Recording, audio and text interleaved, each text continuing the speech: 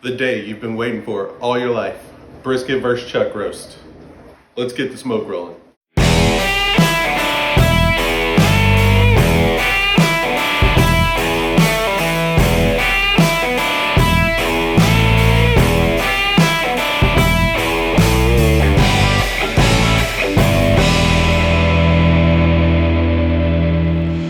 Welcome back to the channel, guys.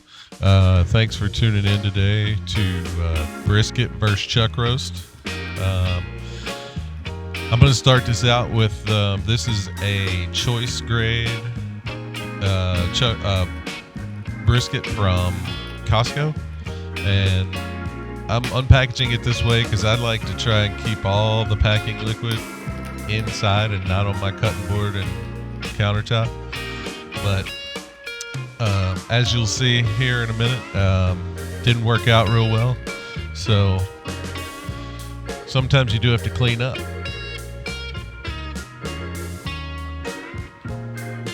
See, there's a nice fat cap on there. It's already been trimmed pretty good, but there's a couple little silver skin hangies that I need to take care of. I'm gonna do that right here, trimming them off.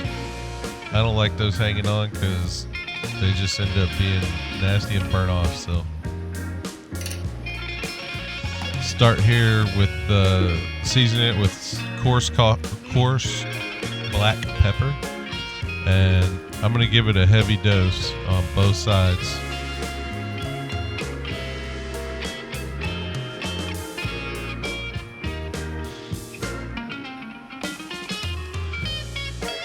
Don't feel shy about putting more on there than you really think you need, because in my opinion it helps create good bark and helps to keep it nice and seasoned.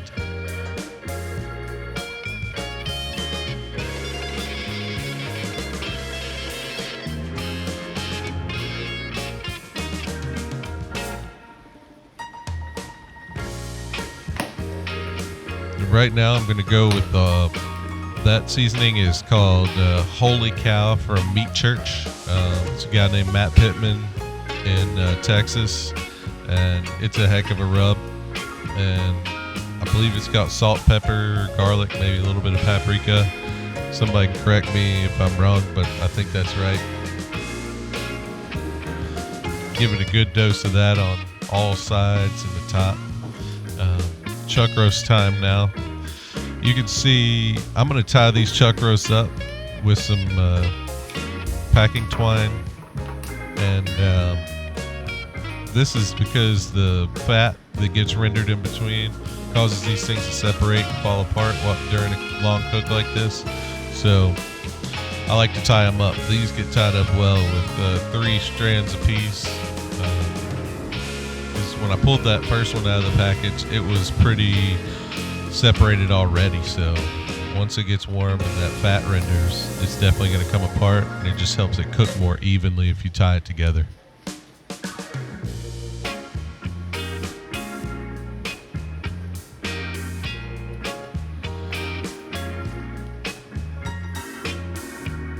And this is how you tie it up, right here.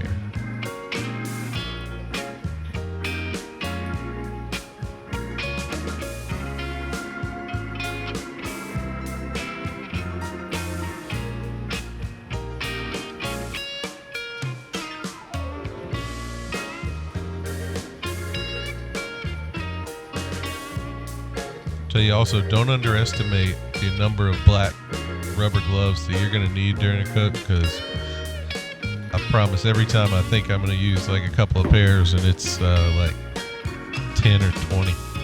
So get some extra of those before you start. So chuck roast is getting done exactly the same way as the brisket. Don't be shy about using the seasonings and the pepper, because it helps a lot on the back end.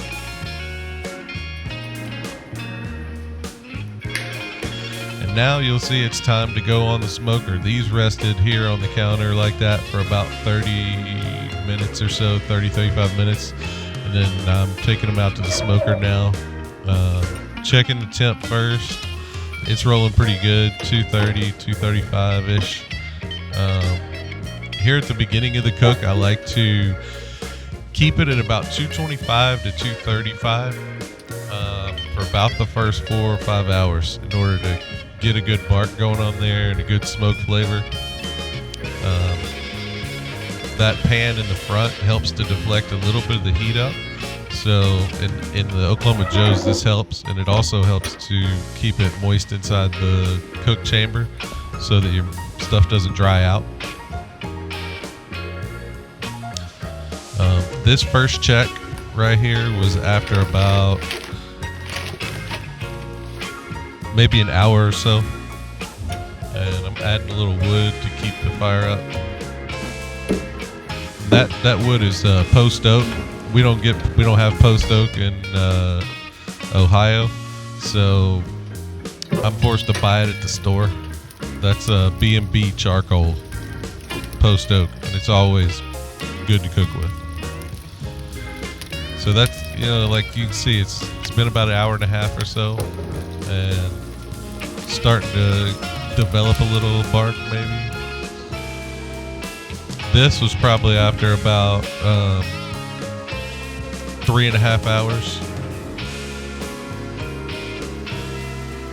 And I noticed that there was some pooling of liquid on top of the brisket, so I decided to get that liquid off and turn it around the other way, because the flat I didn't trim the flat, so I wanted to face it away from the fire a little bit so that it didn't get burnt too quick. But it worked out pretty good. This check, you can tell we went from day to night, so this was probably about 10:30, 11ish, probably 10:30ish. This cook was done on Sunday, this past Sunday. So the day before, we were at a Kentucky Derby party, and so the cook started later than I wanted to. We started about 2:30 in the afternoon, and so if you know anything about brisket, you already know it's going to be a late night.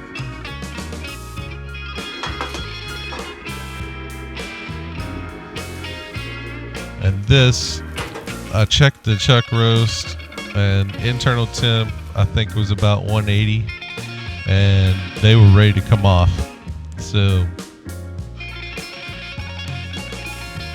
you'll see I'm going to go ahead and pull those off here.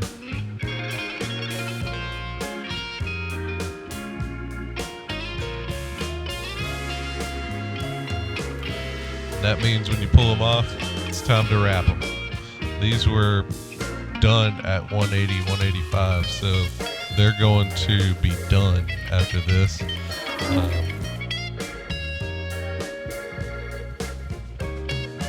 So they're going to get wrapped, and you notice that wrap is covered in a substance.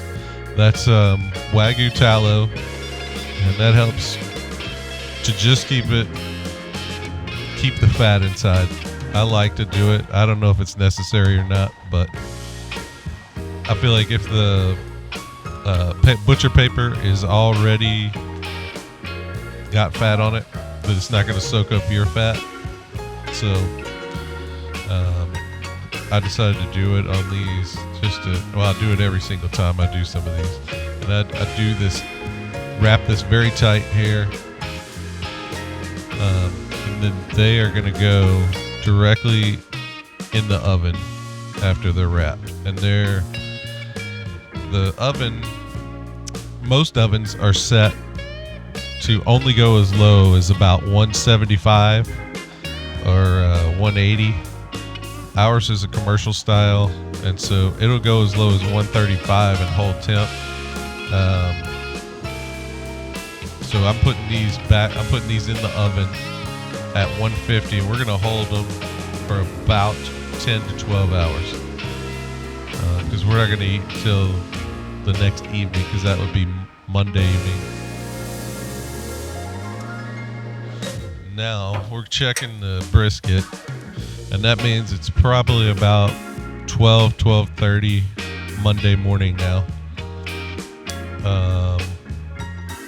So yeah, that's gonna come off. I'm checking the firmness, checking how tender it is. The internal temp on it when we pulled it was about 187.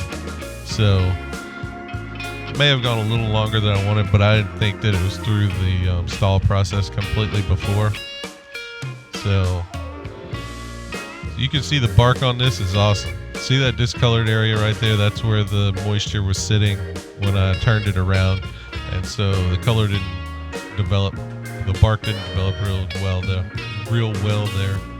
And this ain't a competition on here, so I don't care. It's gonna taste good regardless.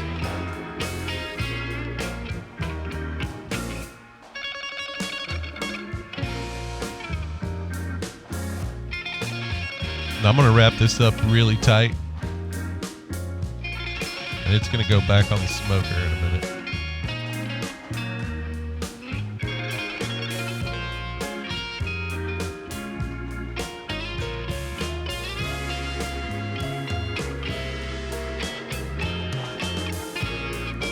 I like wrapping it this way. There's no right or wrong way to wrap it. Just get it wrapped up tight. Make sure your rendered fat doesn't come out.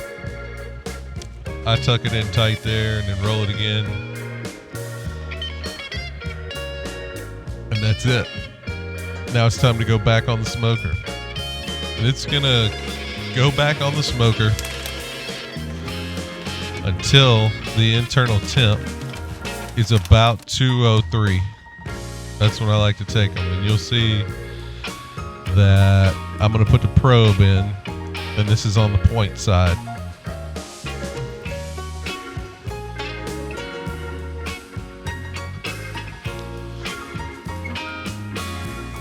And now I'm going to add another log to the fire because I want to dial this temp up a little bit, about 265, because 12:30 in the morning, I just like to get it up to about 265, 270 on the end part of this cook. And now that we've hit the internal temp of 203, I'm going to pull the brisket.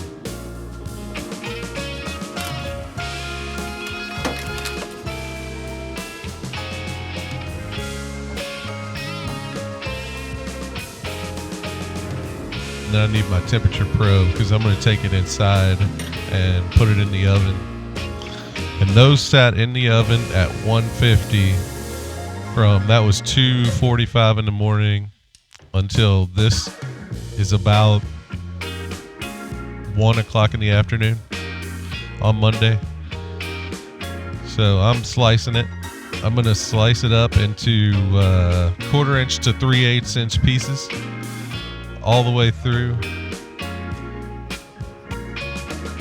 on the flat side.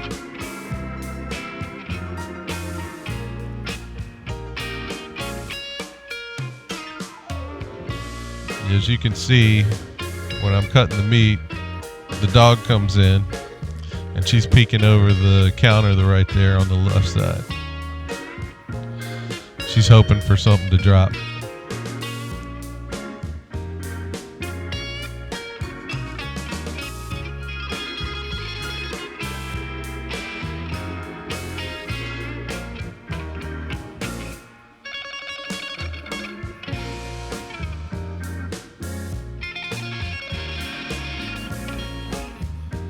So you can see I'm just slicing it here. Those slices look really good. I'm going to pick one up here in a minute and show you how flexible it is. And then I'm going to taste it. And a hint, it was really good. And thanks again to Kelly and Doug for providing the brisket. They got to enjoy it on Monday night, and I like to cook a lot of stuff for all of our friends. They bought the brisket. I cooked it and used it for the video. You can see right there it's flexible, and then watch how easy it tears apart. Yep.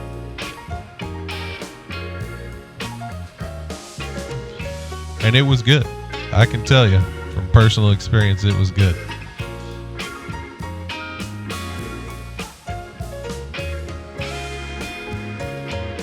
I tell you, with the meat church seasoning, it's just a different taste than just salt and pepper.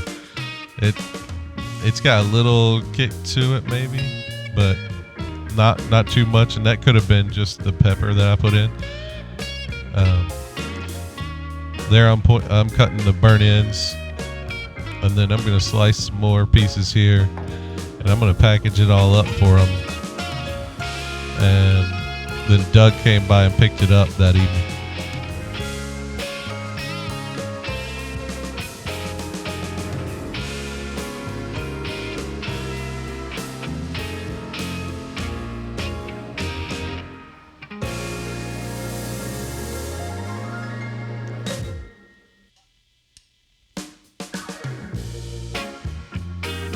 But I'm just going to continue to slice it here.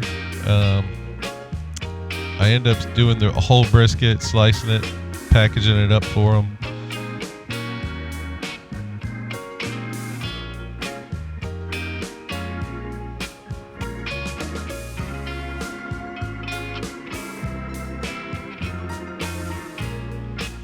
And I tasted some of the burnt ends too, because they're my favorite part.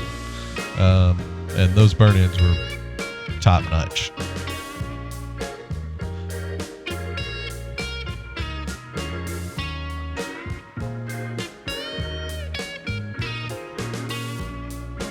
I personally like to dip them in a little Memphis barbecue sauce because it's just good. And those burnt ends with a little bit of sweet, and then you get a little bit of the salt, pepper, and a little bit of the heat. Really good.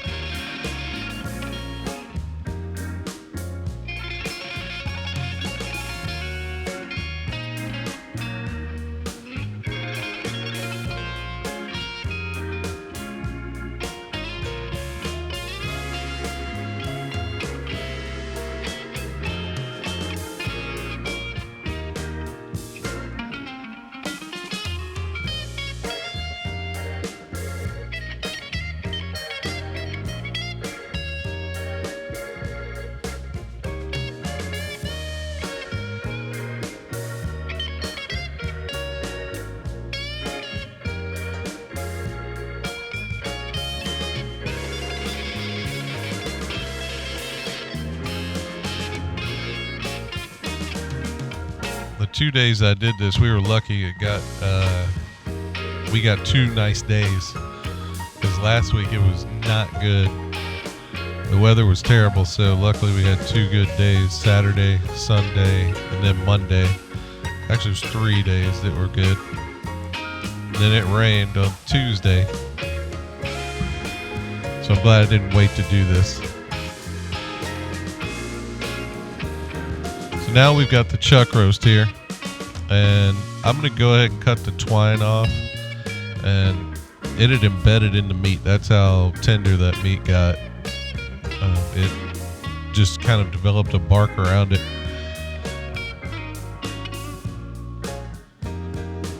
And the chuck roast is a little more difficult to cut than the brisket, because it does have those separations with where the fat is in between, like a couple of chunks of meat, and so you kind of struggle to find a good way to cut it. But as you'll see, I kind of got it trimmed, so.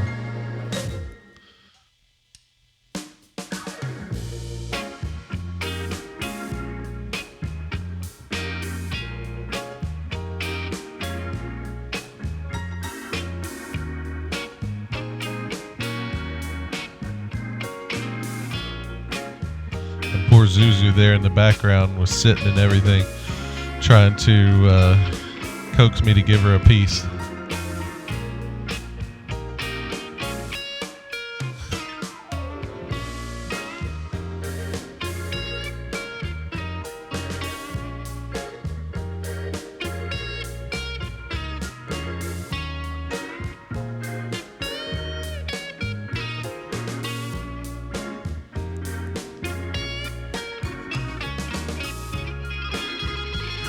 So I finally did find out a good way to cut it. Not saying it's the best way, but it did stay together well, so it worked.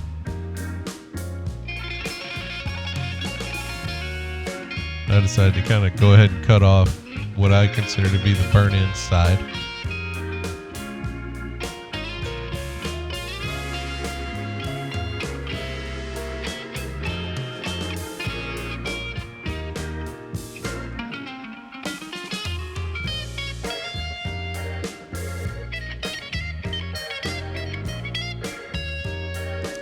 I decided to take a taste, and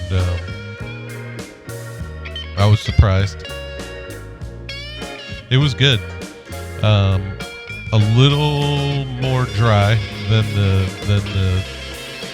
brisket, but overall it was pretty good. And we had it 2 days in a row, so everyone in the family liked it. So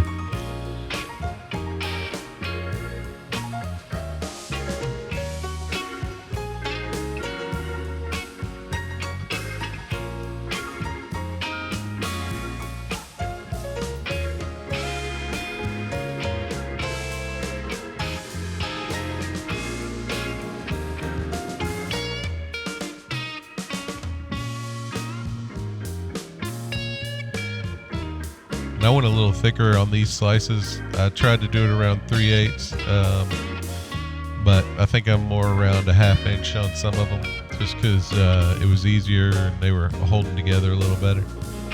So now there's another burn-in side, so I decided to cut those up into the burn-ins.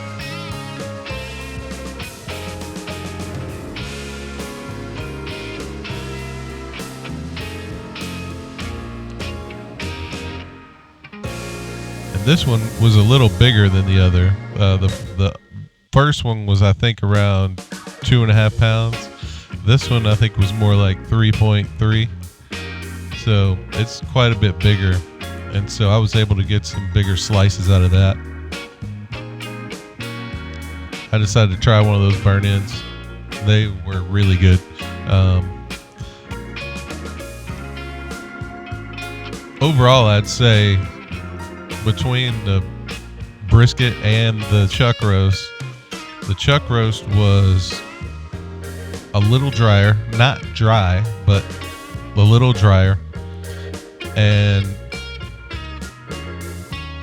to be expected because it's a smaller cut. It's going to cost less than the brisket overall, because most briskets are over 6 pounds, and so even this almost 6 pounds worth of chuck roast was probably around $35 at Aldi, and the brisket I think I saw in there was about $65. So $20-something less. You're gonna get a little less meat, more burn-ins. So if you're a fan of burn-ins, you'll like the chuck roast. The flavor profile overall, I did enjoy the brisket better, but if you're looking for something similar and you want to just spend a little less money, then you're going to go with the chuck roast, and it probably takes about 2 hours less, maybe 3 hours less to cook than the brisket.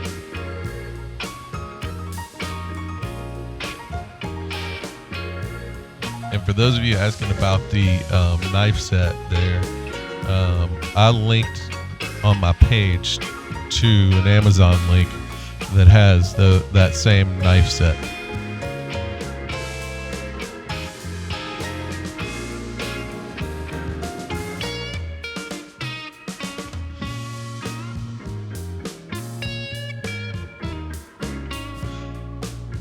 And right now, while we're watching me cut this up, take the opportunity to go ahead and subscribe to the channel. I'm going to start doing a lot of different things on here besides cooking, I've also got some